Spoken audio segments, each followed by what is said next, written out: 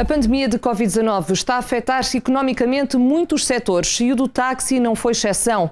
Com a mudança de rotina dos portugueses, a ausência de turistas e a noite ainda parada, o setor do táxi registrou uma quebra de serviço na ordem dos 70%. Na reportagem especial desta semana, mostramos-lhe como a pandemia está a ser a paralisação forçada dos táxis.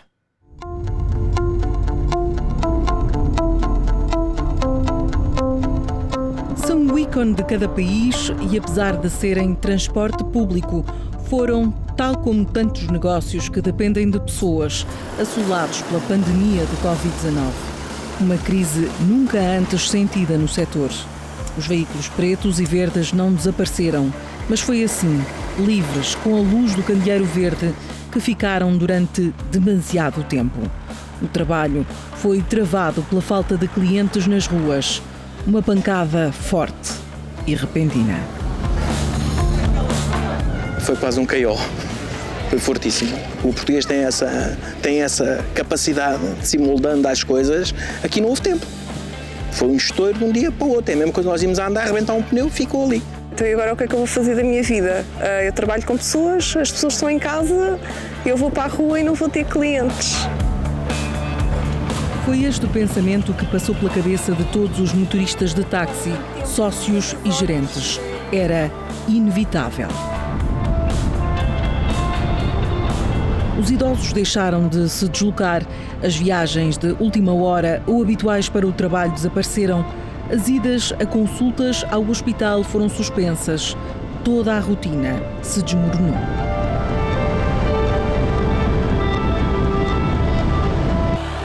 João é um jovem motorista de táxi que seguiu as pisadas do avô.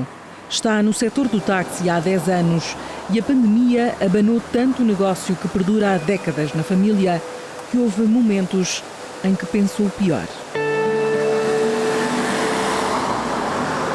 Eu ia às rendições com o meu avô, o táxi era do meu avô, e às vezes os motoristas metiam-se na brincadeira comigo, achava imensa piada ao táxi. Por vezes carimbava os livros de faturas e o meu avô dizia: um dia quando fores grande pode ser que tenhas um carimbo. Tive medo de perder esse carimbo. Com força especialmente minha e da minha mãe, nós quisemos sempre que o táxi continuasse porque era parte do meu avô. O meu avô tinha um carinho muito especial por este setor. A incerteza consumiu muitos motoristas de táxi. Após quase um ano e meio, recordar o momento em que foi decretado o primeiro estado de emergência e feito o apelo para ficar em casa é reavivar a angústia daquele dia. Na altura até fiz um vídeo onde me despedi do meu companheiro do carro. Disse: vamos parar. E devemos de voltar. Fortes. O medo da doença e das consequências foi sentido intensamente. Com os filhos gêmeos em casa e a mulher a trabalhar no hospital, António vivia em sobressalto. Havia pouca informação sobre o bicho, medo de que se a minha mulher ficava bem, se ia apanhar, como é que ia ser connosco, se morria ela, se morria eu. Esse pensamento vem à cabeça. A decisão de ficar em casa foi pessoal e transversal ao concelho em que os táxis operavam. Tal como António, Sílvia também é motorista de táxi em Sintra.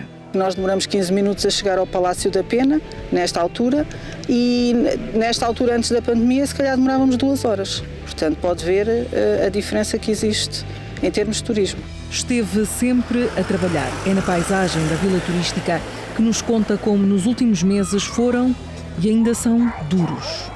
Eu nunca parei. Achei que não tinha que o fazer, tomando sempre as devidas precauções e trabalhei sempre. Nunca parei. Mas trabalhar significa ter cliente? Não, infelizmente não. Significa estar sentada no carro à espera que cheguem os clientes.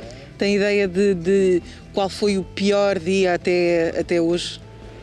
O pior dia talvez tenham sido 3 serviços em 12 horas. E durante este período passámos muitas horas sem ninguém. Chegámos a estar 4 horas parados à espera de um cliente. E isto foi sentido durante um ano. Psicologicamente é terrível, é péssimo. Nem os apoios que só chegaram a alguns motoristas de táxi foram suficientes para garantir o mínimo. Pela Câmara de Sintra tivemos 2 apoios, que foi fantástico. E também tivemos apoio do governo, sim. Que dava para suportar as despesas ou que... Não, de maneira nenhuma, mas sabe sempre bem, não é? Sabe sempre bem, é uma ajuda. Ou tem que fechar a porta, não consegue aguentar. As nossas despesas são sempre fixas, a nível, pronto, tem o gasóleo, tem a segurança social, apesar de haver redução e isso tudo, mas as coisas têm que ser pensadas e tem que haver muita cabeça na altura de decidir. A despesa inerente a um táxi é a contabilidade, é a segurança social, é os impostos inerentes à atividade, é a própria central. Portanto, há estas despesas fixas que nós estejamos a trabalhar ou estejamos parados, elas são certas. Tentar com que a empresa continue, passe por esta situação e no final disto tudo não seja mais uma empresa falida. A desinfecção dos carros foi outra despesa. A ajudar ao pouco serviço viam-se abraços com outras medidas restritivas que dizem sem sentido e que só agravou o impacto económico da pandemia no setor. A lotação dos táxis foi limitada, uma medida que só a 14 de junho deste ano foi levantada. Essa lei para nós nunca fez sentido, de maneira nenhuma. Sempre transportamos famílias, amigos, não pessoas desconhecidas. Há famílias que não podem apanhar 2 táxis. Não faz sentido ter o autocarro, o comboio sempre repleto de pessoas que não se conhecem e nós temos que separar 2 famílias. O carro está arejado, porque eu ando sempre com as janelas abertas. Fazemos a desinfecção das mãos, a desinfecção do espaço. Se são 3 pessoas, tudo bem. Eu até aceito que o lugar da frente que não se possa utilizar porque está mais em contacto connosco, não é? Mais perto de nós. Agora os de trás não há razão, ainda por cima o que nós vemos nos transportes públicos. Não teve cabimento nenhum e deu-nos muita pancada. Até porque outros, que são ditos descaracterizados, carregavam o que queriam porque é difícil de perceber o que é que aquilo é. Nós não, nós temos uma lanterna, estamos pretos e verde, a polícia olha lá para dentro e eram 500 euros de multa para o motorista e no mínimo 1.500 para a empresa e o carro apreendido. Eu digo-lhe, eu arrisquei. Não tinha lógica nenhuma a senhora vir com o seu marido, com o seu filho e eu não levar. Se nas ruas, nas praças, havia mais táxis do que pessoas, potenciais clientes, o silêncio imperava na central de chamadas.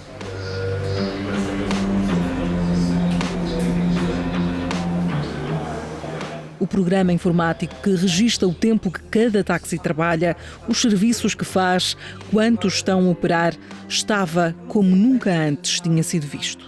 E quando vejo uma central com uma média de 38, 35 mil chamadas mês e agora cheguei a vê-las com 7 mil, quer dizer, eu só vejo aquilo mesmo é para me enervar, mas nada, porque há aquele vazio, é assim, pá, e agora?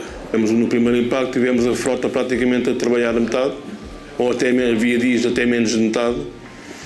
Neste segundo confinamento já houve 2/3 praticamente diários da frota sempre a trabalhar. Ainda que não houvesse... Ainda que não houvesse serviço. Mas aí já mostra que todos nós já estávamos assim um bocado defraudados financeiramente. E pronto, e sempre é melhor vir à rua fazer 20 ou 30 do que não fazer nada, não é? Como é lógico. A ausência de pedidos por um táxi deixou Cândida a atender sozinha cada chamada. Em tempos, era humanamente impossível uma só pessoa fazer o período da manhã. Há momentos que estamos, 15 minutos sem fazer uma chamada. Pronto. E de manhã não havia nem sequer tempo para dar um dedo de conversa ao outro e era sempre a trabalhar. Chegámos a ter de 150 a 200 chamadas por hora. O combate à pandemia tem reaberto serviços e permitido cada vez mais mobilidade. Mas a noite, essa ainda é calada, demasiado quieta para quem dela tirava o sustento. As pessoas saíam de trabalho, apanhavam o táxi ao sair do metro para ir para casa. E isso hoje não acontece. Mais teletrabalho, restrições nos horários. Temos isto tudo deserto. A partir das 10 da noite, especialmente, a cidade fica um deserto. A volta no táxi de João pela Amadora é feita a uma hora em que a ausência de clientes ainda se sente muito.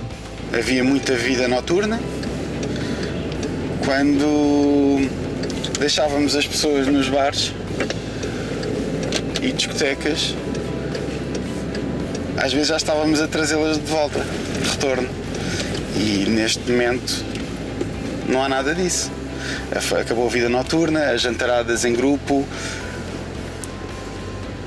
toda a vida social e até mesmo a classe trabalhadora não estão nas ruas.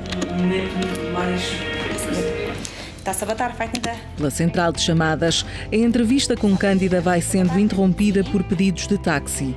Mas desengane-se quem pensa que este é o ritmo normal. Então vá, Dona Tânia, agora 53.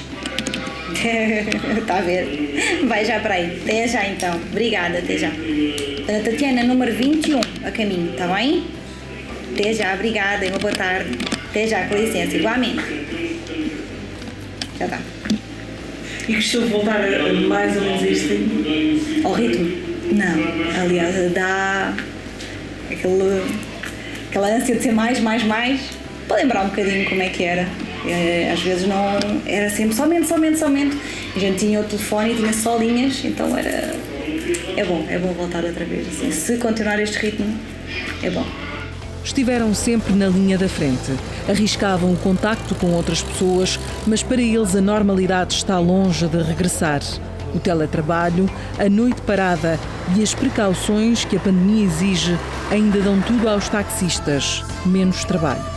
É a pior crise de sempre, que temem não ter fim, face ao novo normal que impera.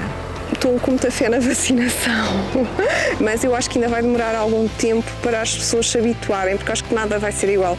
Uma corrente de otimismo não há. Nós estamos a passar um período muito mau.